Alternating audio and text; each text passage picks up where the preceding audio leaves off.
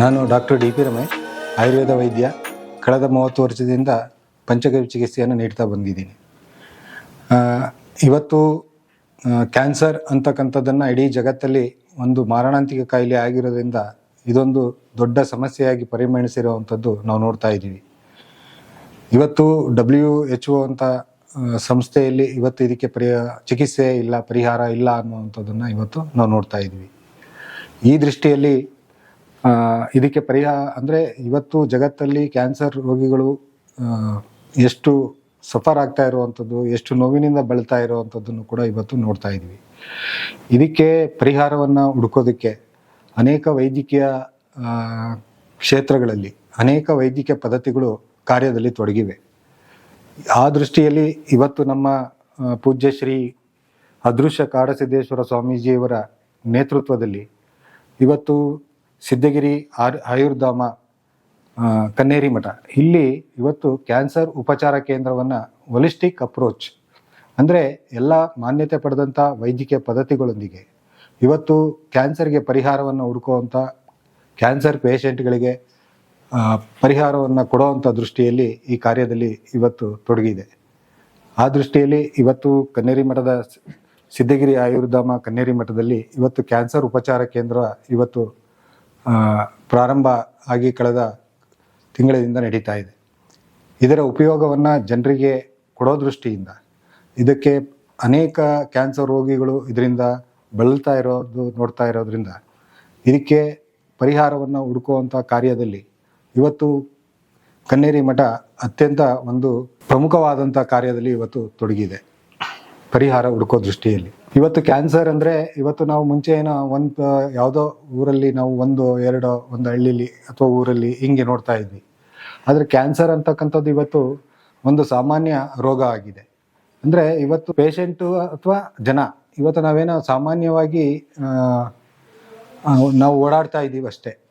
ಆದರೆ ಯಾರೇ ಒಂದು ತೊಂದರೆ ಅಂತೇಳಿ ಆಸ್ಪತ್ರೆಗೆ ಹೋದಾಗ ಇವತ್ತು ಕ್ಯಾನ್ಸರ್ ಅಂತೇಳಿ ಡಯಾಗ್ನೋಸ್ ಆಗ್ತಾ ಇರೋವಂಥದ್ದನ್ನು ಇವತ್ತು ನಾವು ನೋಡ್ತಾ ಇದ್ದೀವಿ. ಅಂದರೆ ಇವತ್ತು ಅನೇಕ ಲಂಗ್ಸ್ ಕ್ಯಾನ್ಸರ್ಗಳಲ್ಲಂತೂ ಅದು ಫೈನಲ್ ಸ್ಟೇಜಲ್ಲೇ ಡಯಾಗ್ನೋಸ್ ಆಗುವಂಥದ್ದನ್ನು ಕೂಡ ಇವತ್ತು ನಾವು ನೋಡ್ತಾ ಇದ್ದೀವಿ. ಹಾಗಾಗಿ ಇವತ್ತು ಪರಿಹಾರ ಚಿಕಿತ್ಸೆ ಅನ್ನುವಂಥದ್ದು ನಾವು ಇಡೀ ಹುಡ್ಕೋದಾದರೆ ಇವತ್ತು ಕೇವಲ ಕ್ಯೂಮೊಥೆರಪಿ, ರೇಡಿಯೋಥೆರಪಿ, ಇಮ್ಯುನೋಥೆರಪಿ, ಹಾರ್ಮೋನ್ ಥೆರಪಿ ಈ ರೀತಿಯ ಚಿಕಿತ್ಸೆ ಅನ್ನುವಂಥದ್ದು ಮಾತ್ರ ಇದೆ ಅನ್ನುವಂಥ ಜನರಲ್ಲಿ ಇದಾಗಿದೆ. ಆದರೆ ಮಾನ್ಯತೆ ಪಡೆದಂಥ ವೈದ್ಯಕೀಯ ಪದ್ಧತಿಗಳೊಂದಿಗೆ ಈ ಚಿಕಿತ್ಸೆಯನ್ನು ನೀಡಬೇಕು ಅನ್ನುವಂಥದ್ದು WHO ಹೇಳಿದರೂ ಕೂಡ ಇವತ್ತು ನಮ್ಮ ದೇಶದಲ್ಲಿ ಆ ಅವೇರ್ನೆಸ್ ಅನ್ನುವಂಥದ್ದು ಇಲ್ಲ. ಇವತ್ತು ನಾವು ಅನೇಕ ಕ್ಯೂಮೊಥೆರಪಿ, ರೇಡಿಯೋಥೆರಪಿಯಲ್ಲಿ ಇವತ್ತು ನಾವು ಮೇಂಟೈನ್ ಅಷ್ಟೇ ಮಾಡೋಕ್ಕಾಗ್ತಾ ಇದೆ ಹೊರತು ಪರಿಹಾರವನ್ನು ಹುಡ್ಕೋದಕ್ಕೆ ಸಾಧ್ಯ ಆಗ್ತಾ ಇಲ್ಲ. ಮತ್ತು ಅದರಿಂದ ಆಗ್ತಕ್ಕಂಥ ಸೈಡ್ ಎಫೆಕ್ಟ್ಸು ಇವತ್ತು ಅನೇಕ ಅನ್ನುವಂಥದ್ದನ್ನು ಕೂಡ ನಾವು ನೋಡ್ತಾ ಇದ್ದೀವಿ. ಆ ದೃಷ್ಟಿಯಲ್ಲಿ ಇವತ್ತು ಮಾನ್ಯತೆ ಪಡೆದಂಥ ವೈದ್ಯಕೀಯ ಪದ್ಧತಿಗಳು ಆಯುರ್ವೇದ ಇರ್ಬೋದು, ಯೋಗ ಇರ್ಬೋದು, ನ್ಯಾಚುರೋಪತಿ ಇರ್ಬೋದು, ಯುನಾನಿ ಇರ್ಬೋದು, ಸಿದ್ಧ ಇರ್ಬೋದು, ಈ ರೀತಿಯ ಮಾನ್ಯತೆ ಪಡೆದಂಥ ವೈದ್ಯಕೀಯ ಪದ್ಧತಿಗಳೊಂದಿಗೆ ಚಿಕಿತ್ಸೆಯನ್ನು ನೀಡಿದಾಗ ಇವತ್ತು ರೋಗಿ ಅವನು ಸಾಮಾಜಿಕವಾಗಿ ಮತ್ತು ಆರ್ಥಿಕವಾಗಿ ಯಾವುದೇ ಬರ್ಡನ್ ಇಲ್ಲದೆ ನಾರ್ಮಲ್ ಜೀವನವನ್ನು ನಡೆಸುವಂಥದ್ದನ್ನು ಇವತ್ತು ನಾವು ಅನೇಕ ಚಿಕಿತ್ಸೆ ಕೇಂದ್ರಗಳಲ್ಲಿ ಮತ್ತು ಶಿಬಿರಗಳಲ್ಲಿ ನಾವು ನೋಡ್ತಾ ಇದ್ದೀವಿ. ಹಾಗಾಗಿ ಈ ದೃಷ್ಟಿಯಲ್ಲಿ ಕನ್ನೇರಿ ಮಠ ಇವತ್ತು ಈ ಜನರಿಗೆ ಉಪಯೋಗ ಆಗಬೇಕು ಅನ್ನೋ ದೃಷ್ಟಿಯಿಂದ ಈ ಎಲ್ಲ ವೈದ್ಯಕೀಯ ಪದ್ಧತಿಗಳೊಂದಿಗೆ ಪ್ರತಿ ತಿಂಗಳು 26ನೇ ತಾರೀಕು ಶಿಬಿರವನ್ನು ಮತ್ತು ಎಲ್ಲ ದಿನಗಳಲ್ಲಿ ಈ ಚಿಕಿತ್ಸೆಯನ್ನು ಕೊಡುವಂಥ ವ್ಯವಸ್ಥೆಯನ್ನು ಇಲ್ಲಿ ಮಾಡಿದೆ. ಹಾಗಾಗಿ ಒಂದು ಕ್ಯಾನ್ಸರ್ ಅನ್ನುವಂಥದ್ದು ಕಾರಣ ಏನು? ಇವತ್ತು ಕ್ಯಾನ್ಸರ್ ಅನ್ನುವಂಥದ್ದು ಇದೆ. ಮುಂಚೆ ಆದರೆ ಯಾರೋ 1 ಪೇಷಂಟೋ 2 ಪೇಷಂಟೋ ಹಿಂಗಿನ್ನೋ ನೋಡ್ತಾ ಇದ್ವಿ. ಆದರೆ ಇವತ್ತು ಸಾರ್ವಜನಿಕವಾಗಿ ಎಲ್ಲರೂ ಕ್ಯಾನ್ಸರ್ ಪೇಷಂಟ್ ಅನ್ನುವಂಥ ಸ್ಥಿತಿ ಇವತ್ತು ನಿರ್ಮಾಣ ಆಗಿದೆ. ಇದಕ್ಕೆ ನಾವು ನಮ್ಮ ಜೀವನದ ಶೈಲಿ, ಆಹಾರ ಪದ್ಧತಿ, ಮಾನಸಿಕವಾಗಿ, ದೈಹಿಕವಾಗಿ, ಸಾಮಾಜಿಕವಾಗಿ, ಈ ರೀತಿಯ ಪ್ರಾಕೃತಿಕವಾಗಿ ಈ ಎಲ್ಲವೂ ಕೂಡ ಈ ಕ್ಯಾನ್ಸರ್ಗೆ ಅನ್ನುವಂಥದ್ದು ಕಾರಣ ಅನ್ನುವಂಥದ್ದು ಇವತ್ತು ನಾವು ನೋಡ್ಬೋದು. ಒಂದು ಇವತ್ತು ನಾವು ಸೇವಿಸುವಂಥ ಆಹಾರ ಎಲ್ಲವೂ ರಾಸಾಯನಿಕವಾಗಿ ಇರುವಂಥದ್ದನ್ನು ಇವತ್ತು ನಾವು ನೋಡ್ತಾ ಇದ್ದೀವಿ. ಇವತ್ತು ಎಲ್ಲವೂ ಅಡಲ್ಟ್ರೇಷನ್ ಫುಡ್ಗಳನ್ನೇ ಇವತ್ತು ನಾವು ಸೇವನೆ ಮಾಡುವಂಥದ್ದನ್ನು ನೋಡ್ತಾ ಇದ್ದೀವಿ. ಅಂದರೆ ಅಸಿಡಿಕ್ ಫುಡ್, ಅಂದರೆ ಪ್ರಿಸರ್ವೇಟಿವ್ ಆಗಿ ಇಟ್ಕೊಂಡು ಯೂಸ್ ಮಾಡುವಂಥದ್ದನ್ನು ನೋಡ್ತಾ ಇದ್ದೀವಿ. ನಾವು ಕುಡಿಯುವಂಥ ನೀರು ಕೂಡ ಇವತ್ತು ನಾವು ಯಾವುದೇ ಸುಮ್ಮನೆ ನಾವು ಮಾಡಿ ಮೇಲೆ ನಿಂತು ನೋಡಿದ್ರೆ ಇಡೀ ಆ ಟ್ಯಾಂಕ್, ಪ್ಲಾಸ್ಟಿಕ್ ಟ್ಯಾಂಕ್ಗಳು ನಿಮಗೆ ಹೆಂಗೆ ಕಾಣುತ್ತೆ ಅನ್ನುವಂಥದ್ದನ್ನು ನೀವು ನೋಡ್ಬೋದು. ಅದು ಬಿಸಿಲಲ್ಲಿ ಆ ಪ್ಲಾಸ್ಟಿಕಲ್ಲಿ ಬಿಸಿ ಆಗೋದ್ರಿಂದ ಅದರ ಕ್ಯಾನ್ಸರ್ ಪ್ರಾಪರ್ಟಿ ಹೇಗೆ ಅನ್ನುವಂಥದ್ದು ಕೂಡ ಇವತ್ತು ನೋಡ್ತಾ ಇದ್ದೀವಿ. ಇವತ್ತು ನಾವು ತಿನ್ನುವಂಥ ಆಹಾರಗಳಲ್ಲಿ ಪ್ಲಾಸ್ಟಿಕನ್ನು ಯೂಸ್ ಮಾಡುವಂಥದ್ದು ಇದು ಕೂಡ ಗಮನಿಸಿ ಇವತ್ತು ಇದರಿಂದ ಕ್ಯಾನ್ಸರ್ಗೆ ಕಾರಣ ಅನ್ನುವಂಥದ್ದು ಸಾಬೀತುಗೊಂಡು ಇವತ್ತು ಸರ್ಕಾರ ಆ ದಿಕ್ಕಲ್ಲಿ ಅದನ್ನ ಬಂದ್ ಮಾಡಿರುವಂಥದ್ದನ್ನ ಕೂಡ ಇವತ್ತು ನಾವು ನೋಡ್ತಾ ಇದ್ದೀವಿ. ಮತ್ತೆ ನಾವು ಕುಡಿಯುವಂಥ ನೀರನ್ನು ನಾವು ಮನೆಯಲ್ಲಿ ಮೊದಲಾದರೆ ಎಷ್ಟು ಮಿನರಲ್ ಪ್ರಾಕೃತಿಕವಾಗಿ ಯೂಸ್ ಮಾಡ್ತಾ ಇರುವಂಥದ್ದು ನಾವು ನೋಡ್ಬೋದು. ಆದರೆ ಈಗ ನಾವು ಕುಡಿಯುವಂಥ ನೀರು ಕೂಡ ಒಂದು ಆರೋ ವಾಟರ್ ಯೂಸ್ ಆಗಿರೋದ್ರಿಂದ ಯಾವುದೇ ಮಿನರಲ್ ಇಲ್ಲದೆ ಸೇವನೆ ಮಾಡುವಂಥದ್ರಿಂದನೂ ರೋಗಗಳಿಗೆ ಕಾರಣ ಅನ್ನುವಂಥದ್ದನ್ನು ನಾವು ನೋಡ್ಬೋದು. ಇವತ್ತು ಗಾಳಿ ಎಷ್ಟು ಪೊಲ್ಯೂಷನ್ ಆಗಿದೆ ಅನ್ನುವಂಥದ್ದನ್ನು ನೋಡ್ಬೋದು. ಪ್ರಕೃತಿ ಇವತ್ತು ಏರುಪೇರು ಆಗಿರೋದ್ರಿಂದನೇ ಇವತ್ತು ಕ್ಯಾನ್ಸರ್ ಅನ್ನುವಂಥದ್ದು ಎಲ್ಲದಕ್ಕೂ ಕಾರಣ ಅನ್ನುವಂಥದ್ದು ನಾವು ಇವತ್ತು ಅನೇಕ ಸಂಶೋಧನೆಗಳಿಂದ ನಾವು ಇವತ್ತು ನೋಡ್ಬೋದು. ಇವತ್ತು ತಂತ್ರಜ್ಞಾನ ವಿಜ್ಞಾನ ಅನ್ನುವಂಥದ್ದು ನಾವೆಲ್ಲರೂ ಒಪ್ಕೋಬೇಕಾಗಿದ್ದೆ, ಆದರೆ ಸರಿ.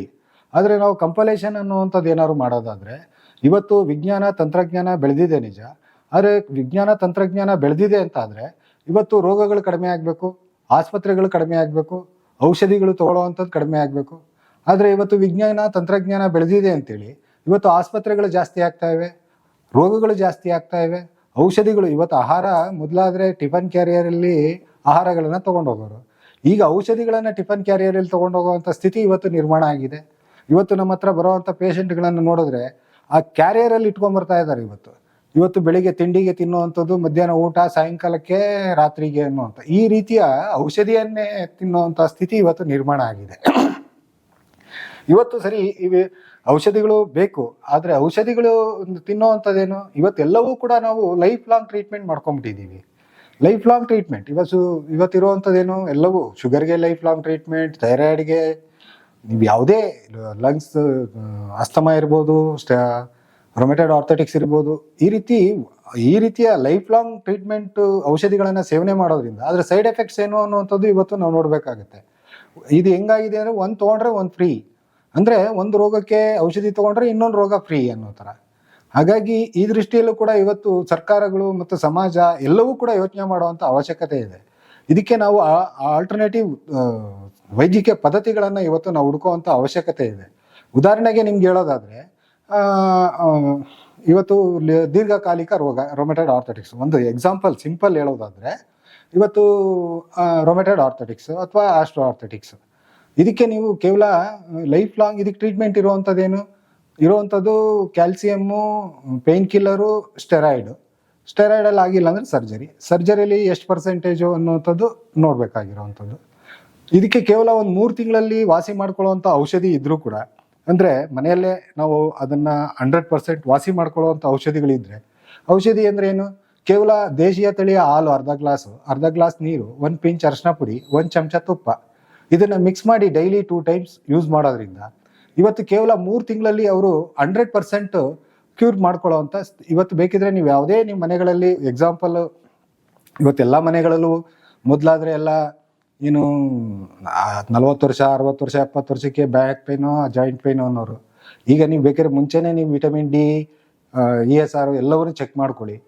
ಕೇವಲ 15 ದಿನದಲ್ಲಿ ನಿಮ್ಗೆ ಇರ್ತಕ್ಕಂಥ ಜಾಯಿಂಟ್ ಪೈನ್ ಏನಿರುತ್ತೆ, ಕೂತ್ರೆ ಎದ್ದೇಳೋಕ್ಕಾಗಲ್ಲ ಅನ್ನೋಂಥ ಸಿಂಟಮ್ಸ್ಗಳೇನಿದೆ, ನೀವು ಇದನ್ನ ಸೇವನೆ ಮಾಡೋದ್ರಿಂದ 15 ದಿನದಲ್ಲೇ ಇದನ್ನ ನಿಮಗೆ ಸಿಂಟಮ್ಸ್ ಎಲ್ಲ ರಿಲೀಫ್ ಸಿಕ್ಕಿ ನೀವು ಆಫ್ಟರ್ 3 ಮಂತ್ ನೀವು ಚೆಕ್ ಮಾಡಿದ್ರೆ ನಿಮಗೆ ಅದೇ ರಿಪೋರ್ಟಲ್ಲಿ ಎಲ್ಲ ಅಬ್ಸಲ್ಯೂಟ್ಲಿ ನಾರ್ಮಲ್, ಇದು ಯಾವುದೇ ಸೈಡ್ ಎಫೆಕ್ಟ್ಸ್ ಇಲ್ಲ, ನಿಮಗೆ ಆಹಾರವಾಗಿ ಔಷಧಿಯಾಗಿ ಕೆಲಸ ಮಾಡಿ 100% ರಿಸಲ್ಟ್ ಸಿಗುವಂಥ ಔಷಧಿಗಳು ಇವತ್ತು ಅನೇಕ ವೈದ್ಯಕೀಯ ಪದ್ಧತಿಗಳಿದ್ರು.